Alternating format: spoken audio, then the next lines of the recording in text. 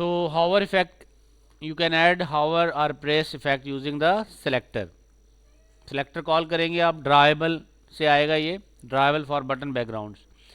Adding hover or press effect button in your Android app can improve user interaction by providing visual feedback when user tap or hold a button. Using selector drawable, you can specify different backgrounds for different button states such as normal, pressed or focused. कहाँ से बनाएंगे आप? Creating selector dribble from the button background कैसे करेंगे? आप जाएंगे create a new dribble, right click करेंगे new के बाद ड्राइबल रिसोर्सेज, और उसके बाद आप ड्राइबल रिसोर्सेज फाइल में से सिलेक्ट करेंगे नेम ऑफ द फाइल जो कि होगी button underscore background. Let's suppose अगर बटन का बैकग्राउंड अपने चेंज करना है तो button underscore background dot XML बनेगी. देन डिफाइन करेंगे सेलेक्टर स्टेट फॉर उस बटन के लिए सेलेक्टर स्टेट, जिसमें आप बताएंगे बटन प्रेस हो चुका है या प्रेस्ड है या फोकस्ड है या नॉर्मल सिचुएशन में है. तो कैसे बनाएंगे ये सिंपली देखें. प्रेस्ड स्टेट किस लिए बना रहे हैं? ये प्रेस स्टेट. ये किस लिए है? Focus state. ये किस लिए है? Default state. किया क्या है? सिंपल आपने कहा आइटम, सेलेक्टर बनाया आप सिंपली एक सेलेक्टर में आपने कहा आइटम, अगर state underscore pressed is equal to true है तो आप क्या करें? Android drawable colour dot colour primary colour आ जाए, ठीक है. और अगर फोकस्ड है तो सिर्फ क्या कर देंगे? कलर चेंज करेंगे. कलर क्या हो जाएगा? एसेंट. और अगर आपका डिफ़ॉल्ट है तो कलर क्या होगा? प्राइमरी. तो ये डिफरेंट कलर्स आप बना सकते हैं सेलेक्टर में से. सेलेक्टर में से मल्टीपल कलर सेलेक्ट करेगा और जो आप दिखाना चाहते हैं जिस हॉवर पे, वो उस पर्टिकुलर हॉवर पे वो कलर दिखा देगा. अब अप्लाई कैसे करेंगे बटन पे? इसके लिए आपको क्या करना होगा? उसके साथ बटन के साथ अटैच करेंगे. मिसाल के तौर पे लीनियर लेआउट में आप गए और यहाँ पे आपने सिंपली ओरिएंटेशन इसकी वर्टिकल रखी सेंटर में. अब एक बटन बनाया और बटन में बाकी चीज़ें तो आपने विड्थ उसकी मैच पेरेंट की, हाइट रैप टेक्स्ट की. यहाँ पे करेंगे drawable left, drawable IC profile picture आ गई, ठीक है, जो कि आपने वेक्टर बनाया था उसमें से आ गई. टेक्स्ट प्रोफाइल है, ड्रॉएबल पैडिंग आपने 8 dp कर ली, साइडिंग में पैडिंग हो जाए 8 dp. बैकग्राउंड में आप चेंज करेंगे. कैसे करेंगे? ड्रॉएबल बैकग्राउंड, और यहाँ पे आप क्या यूज़ करेंगे? यूज़ सेलेक्ट ड्रॉएबल करेंगे यहाँ पर. और ड्रॉएबल हम बना के आ चुके हैं सेलेक्टर, उनमें से 3 कलर इसके अंदर आ जाएंगे. बैकग्राउंड कलर चेंज होगा, टेक्स्ट कलर वाइट है और बाकी चीज़ें सेम है. इसी तरह से बटन के अंदर आप क्या करेंगे? वेक्टर्स लगा दें और ड्रॉएबल सेलेक्टर लगा दें. Use drawable selector here. तो इस तरह से आपकी कॉल हो जाएगी क्लास. अच्छा, डिफरेंट स्टेट्स को आपने एक्सप्लेन करना हो, स्टेट जैसे है pressed, focused and default state. Press state activated when the button is pressed. Background to a darker colour. अगर आपका कलर वाइट है तो उसको क्या कर दें? ग्रे में कर दें. अगर आपका कलर येलो है तो डार्कर येलो कर दें. यानी इसका मतलब लगे प्रेस हो चुका है. लॉजिक होनी चाहिए, ऐसा ना कलर चेंज करें बस कोई भी चेंज कर दें. There should be a logic कि बटन प्रेस होने का क्या है? डार्कर कलर में आ जाएगा. अच्छा, फोकस में focus is activated when focused you can which car आकर if user navigate to the button. Button के ऊपर अगर आप माउस लेके जाता है या आपका स्क्रीन का पॉइंटर लेके जाएगा तो वो क्या कहलाएगा? फोकस्ड. So focus में navigate button to the using the keyboard or D-pad. You can use lighter color or border effect to signify the state. या तो उसको कलर को और लाइट कर दें या बॉर्डर को हाईलाइट कर दें. 2 ऑप्शन कर सकते हैं. बॉर्डर हाईलाइट कर दें बटन का तो कॉर्नर्स उसके हाईलाइट हो जाएंगे, बटन सेलेक्ट हो रहा है. यानी आपको पता लगे कि मैं अगर प्रेस करूँगा तो कौन सा बटन प्रेस होगा. समझ आ रही है बात? अगर मल्टीपल बटन है तो आप पहले लेके जाते हैं उस बटन पे कर्सर तो वो डिफरेंट कलर हो, फिर आपको पता लो मैं इस अगर ओके करूँगा तो ये बटन प्रेस होगा. ऐसा ना हो कि दूसरा बटन प्रेस कर दें. जैसे आप ट्रांजैक्शन कहते हैं, do you want to proceed, तो क्या होगा? येस और नो. तो आपको पता लगा हो ना कि क्या पे मैं कहाँ सेलेक्ट किया है. येस. अब प्रेस करेंगे येस को तो पहले सेलेक्ट में वो हाईलाइट हो जाना चाहिए कलर और देन उसको प्रेस करेंगे. और डिफ़ॉल्ट कलर होता है जब आप वैसे नज़र आ रहा हो, ना उसको प्रेस कर रहे हैं ना होवर कर रहे हैं। Customization, feel free to customize color and addition of your state. Indicate if the button is enabled or disabled. Enabled के ऊपर आपके पास डिफरेंट कलर होगा और selected के ऊपर डिफरेंट कलर होगा। इसको इंडिकेट करने के लिए अलग अलग कलर बनाएं। डिफरेंट कलर्स के लिए आप कर सकते हैं। ये आइटम मिलेंगे, आइटम सेलेक्टर कॉल करेंगे। सेलेक्टर में आप बताएंगे कि अगर प्रेस्ड है तो ये कलर हो और फोकस है तो ये वाला कलर हो। ठीक हो गया, and then call it। अच्छा जी, using image view for icon. अच्छा, एक चीज़ मैं नोट कर लूँ, मैं बता दूँ यहाँ पे कुछ चीज़ें ख्याल कीजिएगा कि ऐसा नहीं है कि आप जस्ट इसको मैनुअल को कट पेस्ट मारें। इसमें कुछ चीज़ें डुप्लीकेट भी हैं, डबल भी हैं। तो जो 2 दफ़ा आ रही है वो नहीं, 2 दफ़ा बनाने की ज़रूरत नहीं है। जैसे सिलेक्टर अगर एक दफ़ा बना दिया तो दोबारा सिलेक्टर बनाने की ज़रूरत नहीं है। ये समझाने के लिए दूसरी दफ़ा दिया गया है ताकि आप स्टेट्स एक्सप्लेन करके उसको दोबारा दिखाया गया कि ये यहाँ पर होगा। पीछे भी यही चीज़ दिखाई गई थी, ये देखें ये वाली, ठीक है। लेकिन यहाँ पर क्या था कि प्रेस को आपने क्या करना है, प्रेस स्टेट को दिखाना है कि स्टेट कैसे इनेबल हुई। और यहाँ भी ये चीज़ है, लेकिन इसमें आपने क्या करना है, ड्राइबल सेलेक्ट को दिखाना है। तो ये नहीं हो कि आप 2 दफ़ा उसको बना दें, ठीक है। ये देखें वहाँ पे बताया गया है कि कैसे उसको इनेबल करेंगे, डिसेबल का स्टेट करेंगे, और यहाँ पे सिर्फ सिलेक्टर के तौर पे ये दिया गया है। तो उसको 2 दफ़ा बनाने की ज़रूरत नहीं है, एक ही दफ़ा बनाएंगे, लेकिन अकॉर्डिंगली उसको इनेबल और डिसेबल करेंगे। आइकन का रिकमेंडेड साइज़ कितना है, 24 dp। ये रिकमेंडेड साइज़ है, इससे बड़ी बनाएंगे तो अजीब ही लगेगी। 24 dp is suitable recommended size for icon.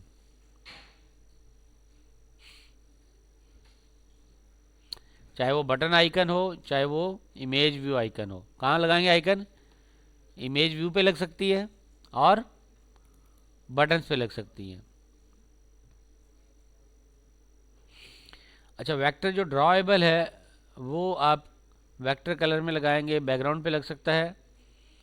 Data path दिखाना हो, इसको नोट कर ले चीज़ को। सम टाइम आपको जैसे कहते हैं ना, पिक्चर अपलोड करनी है, ठीक है, आता है ना ऑप्शन पिक्चर अपलोड करनी, अपलोड पिक्चर।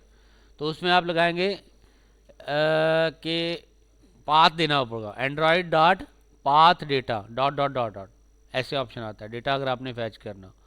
तो ये ऑप्शन होता है, डिफरेंट टैग्स हैं डिफरेंट टैग्स को इम्प्लीमेंट करने के लिए। तो अगर डेटा पाथ देना है या आपने कोई फाइल देनी है तो उसलिए आपके path data is a attribute जिसके ज़रिए हम उसको दे सकते हैं वेक्टर के ज़रिए कि कहाँ से फैच करे फाइल को।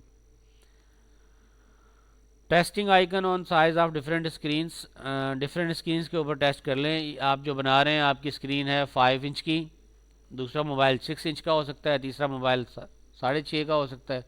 तो डिफरेंट स्क्रीन्स के ऊपर उसको साइज़ को टेस्ट कर लेंगे कैसा लगेगा। So you can change it. क्या करना होगा उसके लिए, AVD आपको डिफरेंट इंस्टॉल करने पड़ेंगे। अभी हम करंट AVD डिफरेंट है तो दूसरा AVD आप डिफरेंट बना लेंगे। एडिशनल कॉन्स्ट्रक्ट्स क्या हो सकते हैं, accessibility. Icon are clear and recognisable for all user. क्या मतलब है इसका, यहाँ पे ये वर्ड यूज़ कर रहा हूँ मैं, all user. What does it mean all user. Colour icon are clear and recognisable for all user. इसमें देखिए ऑल यूज़र में एक एज जन आ रही है अपनी। नॉर्मल एज के लोग, कितनी छोटी आइकन, उनकी आंखें अच्छी होती है, नज़र सही होती है। लेकिन अगर सीनियर लोग यूज़ करेंगे तो उनकी नज़र वीक होती है। तो आपने तमाम यूज़र के लिहाज को देखते हुए आइकन लगानी है। ऐसी आइकन लगाएं तमाम एज ग्रुप के लोग उसको व्यू कर सकें। एक बात हो गई। दूसरा, आल में क्या यूज़ आ रहा है जी, आप बताएं बेटा, चश्मे वाले खड़े हो जाए। क्या बात बताई मैंने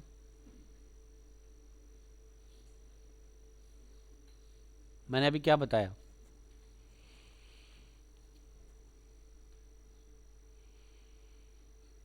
बराबर वाला। नेक्स्ट, तुम बताओ।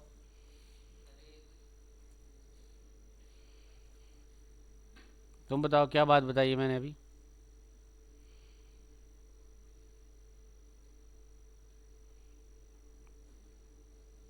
ठीक है।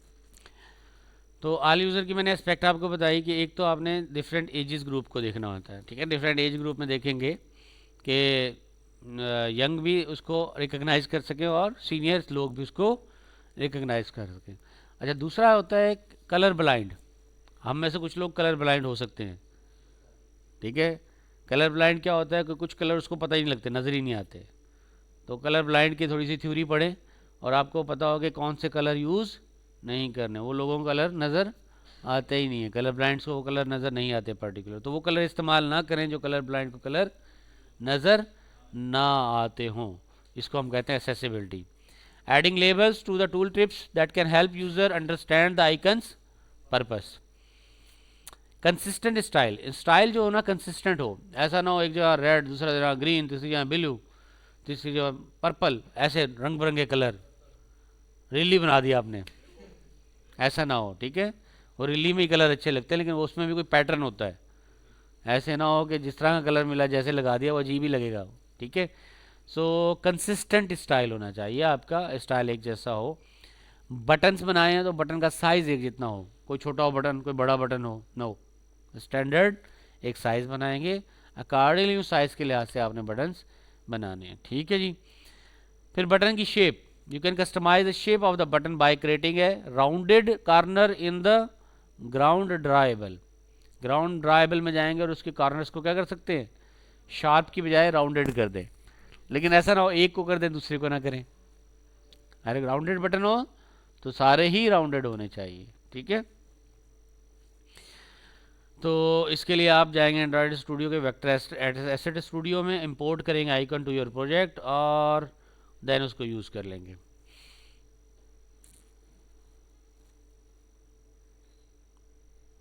ओके, अब हम आ जाते हैं, थोड़ा सा हमारे पास कुछ पॉइंट्स हैं जब हम चेक करेंगे चीज़ें बनाने के। बैठ जाए, sit down, be careful next time. Define object of for your testing, user testing. User testing के ऑब्जेक्टिव को सामने रखते हुए चीज़ों को बनाएं, यानी यूज़र जब यूज़ करेगा तो चेक करेगा तो आपकी ऐप को रेट्स देगा, रेटिंग, अच्छी ऐप है या नहीं। आप कोई भी ऐप इंस्टॉल करते हैं तो आप देखते हैं उसकी रेटिंग क्या है, कितने पॉइंट्स की है, फिर उसके लिहाज से उसको सिलेक्ट करते हैं। तो यूज़र टेस्टिंग इज़ इम्पॉर्टेंट कि जब एक यूज़र किसी ऐप को यूज़ करे तो किन चीज़ों को देखता है। Before testing process clearly you want to achieve objective that may include number 1 accessibility, usability of the screen navigation, evaluating profile page and functionality उसके अंदर होनी चाहिए, और तीसरा ये है कि आपका जो काम है जैसे कोर्स रजिस्ट्रेशन प्रोसेस वो ईज़ ऑफ यूज़ हो। तो 3 स्टेप, मिनिमम 3 स्टेप है। नंबर 1 एक्सेसिबिलिटी हो, जो मैं बता चुका हूँ, कलर हो, कलर कम्बिनेशन हो, कंसिस्टेंसी हो, ठीक है। दूसरा नेविगेशन और फंक्शनलिटी होनी चाहिए, जो हमने बटन लगाए हैं जो उस काम के लिए लगाए वो काम कर रहे हों, फंक्शनल होनी चाहिए रिक्वायरमेंट, तो फंक्शनलिटी इंपॉर्टेंट है। और तीसरी चीज़ ये है ईज़ ऑफ यूज़, ऐप ऐसे बनानी है कि आपको यूज़ करने में क्या हो, ईजी हो, ईज़ ऑफ यूज़ कहलाती है ये। ईजी होगी तो आप इसको अच्छी तरीके से बना पाएंगे, डिफाइन कर पाएंगे, देन यूटिलाइज कर पाएंगे। Identify your target group, target group कौन सा है आपका, किसके लिए ऐप बनाई है, current student, prospect student and faculty member and staff. तो ये देख के प्रॉस्पेक्ट स्टूडेंट कौन से हैं, किस एज ग्रुप के होंगे, एडमिनिस्ट्रेटिव किस एज ग्रुप के होंगे, उस लिहाज से आप ऐप्स को बनाएं। आप रंग बिरंगी नहीं बना रहे, आप कोई बच्चों के नहीं बना रहे 5 साल के लिए, सोबर लोगों के लिए बना रहे हैं, तो सोबर स्टाइल डिज़ाइन आपने इस्तेमाल करने हैं। क्रिएट टेस्टिंग सिनेरियो, अब आप टेस्ट करने के लिए कुछ सिनेरियो बनाते हैं कि मेरी ऐप खरी काम कर रही है कि नहीं, तो उसके टेस्टिंग सिनेरियो बनाएंगे डिफरेंट। जैसे आपने एडिट प्रोफाइल है, एडिट प्रोफाइल करके देखनी है, क्रिएट प्रोफाइल करके देखनी है कि वो सारे फंक्शन जो आपने बनाए हैं वो सारे के सारे काम कर रहे हैं या नहीं। तो होम स्क्रीन के अंदर चेक करें, navigate to the page profile, find the selected course registration, identify click button for the navigation. इसी तरह प्रोफाइल पेज पे जाएं और देखें उसके अंदर अपलोड हो रही है पिक्चर, प्रोसेस कर रहा है वेरियस कोर्स ऑफ रजिस्ट्रेशन को, एडिट कर रहा है पर्सनल डेटा को। कोर्स रजिस्ट्रेशन में देखेंगे कि कोर्स सेलेक्ट हो रहा है, कोर्स सेलेक्ट होने के बाद कन्फर्मेशन मैसेज आ रहा है। इसी तरह चूज़ टेस्टिंग मेथड, जब आप डिसाइड करेंगे whether to in person testing है या रिमोट टेस्टिंग है। यानी अब आप ऐप बनवा लें, अब ऐप बनवाने के बाद कुछ फ्रेंड्स को आप वो भेजें, APK, अपनी APK भेजें और बोले ये इंस्टॉल करके चेक करके देखो इसमें कोई फीडबैक है, कोई ख़राबी है तो मुझे बताएं। तो ये क्या कहलाती है? In person testing. Observing participant as a use their app. और दूसरा होता है रिमोट टेस्टिंग। रिमोट टेस्टिंग के कुछ सॉफ्टवेयर भी आते हैं जो आपकी ऐप को टेस्ट करके देंगे, जैसे कि यूज़र टेस्टिंग और दूसरा है लुक बैक। ठीक है, तो ये कुछ सॉफ्टवेयर्स भी मौजूद हैं जो आपको टेस्ट करके देते हैं। फिर टेस्टिंग की दो टाइप आती है, AB testing, compare two version of UI component to determine which perform better. मिसाल आपने एक कलर ग्रीन करके देखा, ग्रीन थीम में बना के देखा, फिर आपने येलो थीम बना के देखा, देखा कौन सा अच्छा लग रहा है, कौन सा वर्जन अच्छा लग रहा है। तो वर्जन्स बनाएंगे और डिफरेंट वर्जन्स को उस तरह करके देखेंगे, तो that's called AB testing. Prepare करेंगे अपने इन्वायरमेंट को AB टेस्टिंग के लिहाज से और डिफरेंट टेस्टिंग के लिहाज से, और उसको चेक करेंगे कि आपकी रियलिस्टिक यूज़र उसको कैसे यूज़ करेंगे। फुली फंक्शनल ऐप होनी चाहिए, फ्री ऑफ क्रिटिकल बग नहीं होनी चाहिए उसमें, और ये डिफरेंट डिवाइसेस पे चले, मतलब फ़ोन पे भी चले और टैबलेट पे भी। उसको डिफरेंट इन्वायरमेंट में चेक करें, रिक्वायर करें उसकी डॉक्यूमेंटेशंस को, और कलेक्ट करें यूज़र से फीडबैक। ठीक है, यूज़र क्या कहता है, वाई डिड दे लाइक और dislike your UI component. Like कर रहे हैं तो क्यों, और नहीं लाइक कर रहे हैं तो क्यों नहीं कर रहे। दोनों चीज़ें आपके पास आएंगी तो यू विल लर्न कि क्या चीज़ें डालनी चाहिए। Were they any confusion element, कोई कन्फ्यूजन है मतलब डिफ़िकल्टी हो रही है, तो इसका मतलब ईज़ ऑफ यूज़ नहीं है, तो अकॉर्डिंगली आपको ईज़ ऑफ यूज़ के लिए एलिमेंट डालने पड़ेंगे। और इनकाउंटर एनी डिफ़िकल्टी, कोई मुश्किल पेश आ रही है, आपने सही से लेबल नहीं लगाया, या इन्फॉर्मेशन जो है वो आप तो समझ रहे हैं आसान है लेकिन सामने वाले को समझ में नहीं आ रही, आपने जो बटन का नाम रखा है या टैग रखा है वो कोई मुश्किल रख दिया। देन एनालाइज करेंगे उन रिजल्ट्स को, और जो कॉमन इशू हैं उनको फिक्स करेंगे, इंप्रूवमेंट लाएंगे, पॉजिटिव एस्पेक्ट्स के लिहाज से देंगे। आप यूज़र जो क्रिटिसाइज़ कर रहा है उसको ऐसे नहीं बोलेंगे ये तो जलता है मेरी ऐप से, जलता है, इसने स्पेशली बोला कलर अच्छा नहीं है, जलता है, ये कलर बहुत अच्छा है, मेरी अम्मी को पसंद है। ठीक है, तो उसको क्या लें, पॉजिटिव फीडबैक लें, पॉजिटिव फीडबैक लें that user enjoyed. Suggestion for additional feature and notification भी ले सकते हैं, आप पूछ सकते हैं यूज़र को और क्या चीज़ें इसमें होनी चाहिए।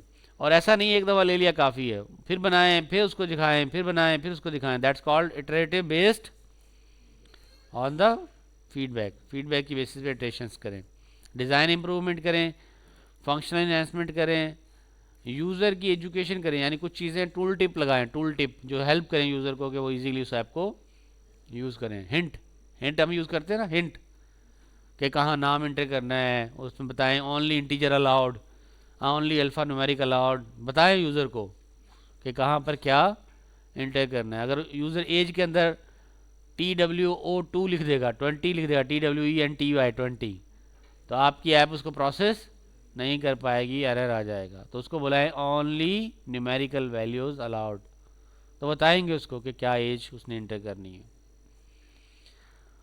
रिपीट टेस्टिंग इफ़ नेसेसरी, अगर आप समझते हैं कि दोबारा उसको टेस्टिंग को रिपीट करना है, कंटिन्यूसली रिपीट करेंगे। फीडबैक ले लें, उस पर यूज़र के सर्वे भी बना सकते हैं, सर्वे एंड क्वेश्चनर। यूज़र से पूछें कि मेरी ऐप को आप ग्रेड करें 1 से 5 के अंदर, how navigation is working, button easy to locate हैं और यूज़ हैं, स्केल दे दें 1 to 5, और यूज़र से उस फीडबैक ले लें। सर्वे बना लें गूगल फॉर्म के ऊपर और बोलें गूगल फॉर्म पे मुझे सर्वे या फीडबैक दे दें। And then improvement would you suggest for product placement, button placement. Then there is any point for where the button left, lost or confused feature did you find in the app. इस तरह से आप चीज़ों को ले लें।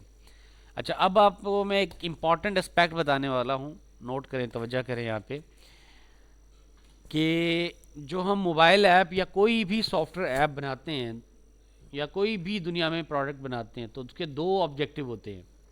There are mainly two type of products. One is called product based production and other is called demand based production. आप app बना रहे हैं इसलिए क्योंकि यूज़र्स को ऐसी ऐप चाहिए, तो ये कहलाएगी डिमांड बेस्ड प्रोडक्शन। और आप एक ऐप बना रहे हैं जो आप कहते हैं इस तरह की ऐप होनी चाहिए, लोगों के पास ऐसी नहीं है, ये होगी तो लोग क्या करेंगे, इससे बेनिफिट लेंगे। तो this is called product based production.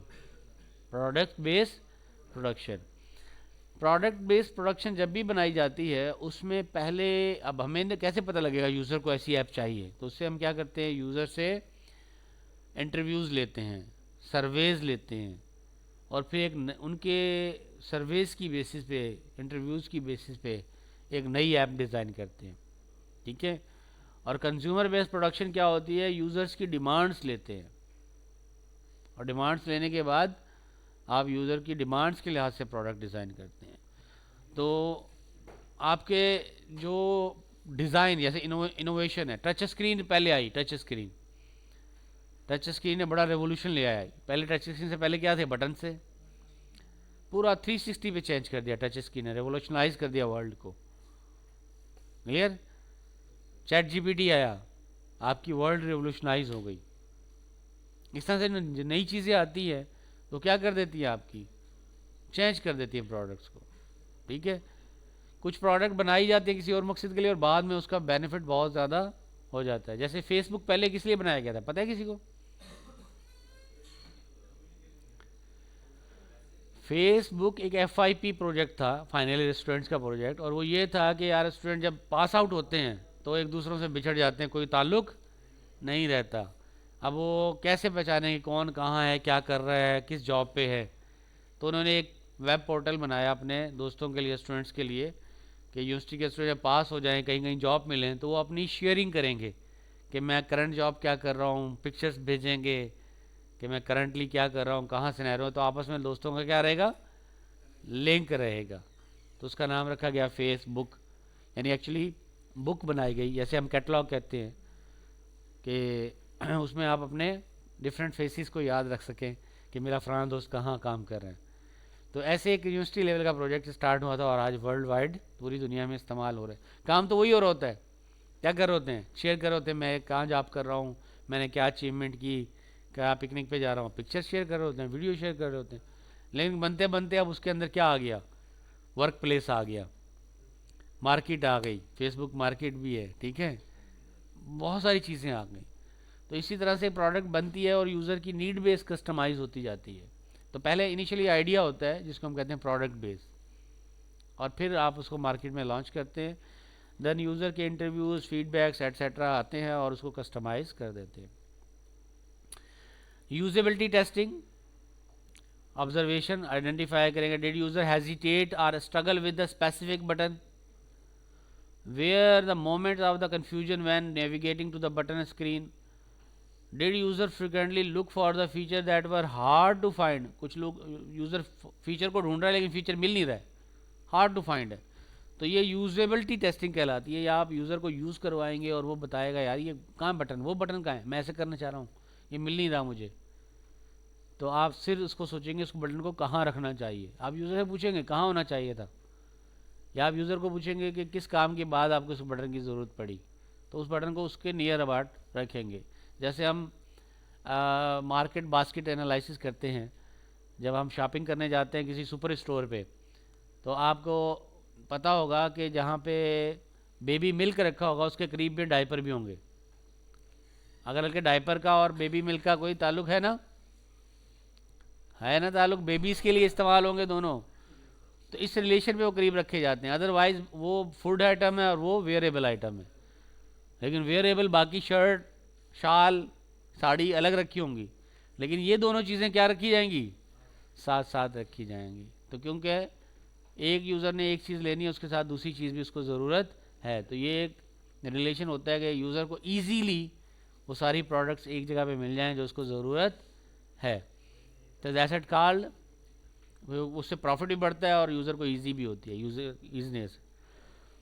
तो उसकी बेसिस पे हम चीज़ें लेते हैं। तो key areas to gather feedback on the, user किस तरह से उन चीज़ों को यूज़ कर सके, वो सारे आप यूजेबिलिटी टेस्टिंग में ले लेंगे। की एरिया है जहाँ पे यूज़र का फीडबैक आ सकता है, बटन की प्लेसमेंट क्या होनी चाहिए, विजिबिलिटी क्या हो, ग्रुपिंग कैसे करें, साइज़ क्या होना चाहिए, ये सारी यूज़र के लिए ले लेंगे।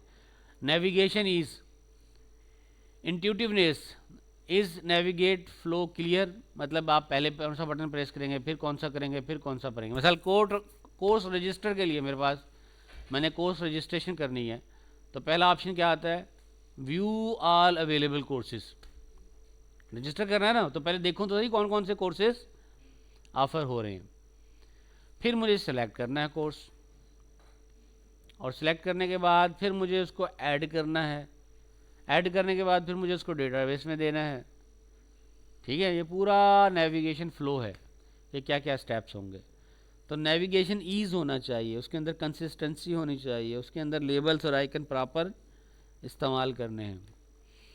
ओवरऑल यूज़र का एक्सपीरियंस क्या हो, एस्थेटिक लुक होना चाहिए। तो यूज़र को जो लुक एंड फील है वो क्या हो, aesthetic. What is aesthetic? Do user find UI element appealing? Is there any they find distracting? ठीक है, अपीलिंग है, लुक एंड फील अच्छा है, डिस्ट्रैक्ट तो नहीं कर रहा उसका, कोई बटन है उसको देख के उसने रोना शुरू कर दिया, कुछ याद आ गया, ऐसा तो नहीं है। ठीक है, तो उसको इन चीज़ों को आपने देखना होता है। फिर सैम्पलिंग करेंगे feedback question for the each area. मिसाल के तौर पे अज्यूम करें कि आपके पास आपने कलर का, बटन का कलर क्या होना चाहिए, यूज़र से फीडबैक लिया। अब आपने क्या किया कि जो फीडबैक आया उसमें 100 यूज़र से फीडबैक लिया, उस 100 यूज़र में 50 ने कहा ग्रीन होना चाहिए, 50 ने कहा येलो होना चाहिए। अब क्या करेंगे आप, 50-50 हो गया। ठीक है, 50-50 हो गया। अब आप क्या करें, डिसाइड करें कौन सा करना है।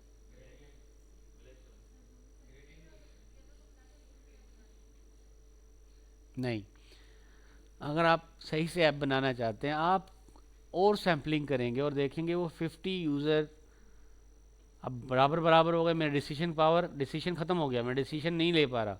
तो दूसरा क्राइटेरिया होगा जेंडर बेस, आपने उसको अलग कर देना है। आप देखेंगे कि जेंडर पे हम मेल और फीमेल को अलग कर दें तो पता लगेगा जी, जो ग्रीन 50% ने कहा ग्रीन, उसमें से 90% फीमेल हैं, और येलो जिन्होंने कहा वो 90% मेल है।